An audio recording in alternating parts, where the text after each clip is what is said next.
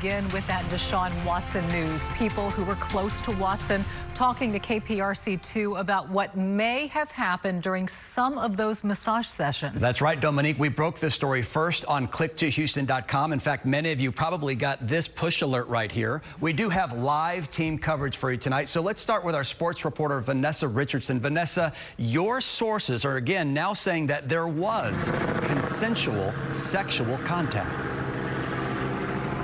Yeah, the sources told me that Watson had consensual sexual contact with, quote, some of the accusers. But again, they insist that it was all 100% consensual.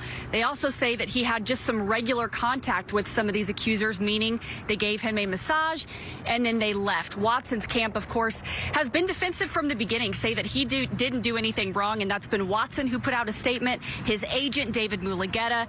As of now, there are 16 accusers. I was not given an exact number by sources on how many they say were consensual sex and how many they say were massages only.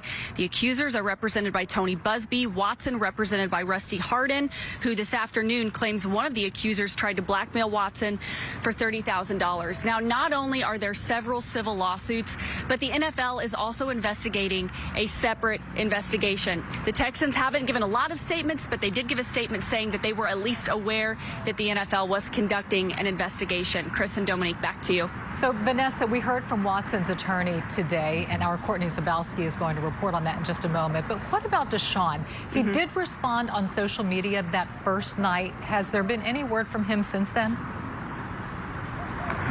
There has not been any word from Deshaun Watson on his social media since that night. Like I said, his agent, David Mulugeta, put out a post. And then, of course, we've heard from Rusty Hardin. I do have a strong feeling that Deshaun Watson is probably going to rely and take guidance from Rusty Hardin on what he should say and what he shouldn't say. Hey, Vanessa, before you go, I know that you have great sources within the NFL as well. What are they telling you right now about how this might impact Watson's potential trade options here? That's a really interesting angle to the story, and I actually have talked to some people from other teams that said they are very much still interested in Deshaun Watson. They don't feel like the interest has waned, but the main thing, Chris, is that this could cause a delay in the timeline of him getting traded.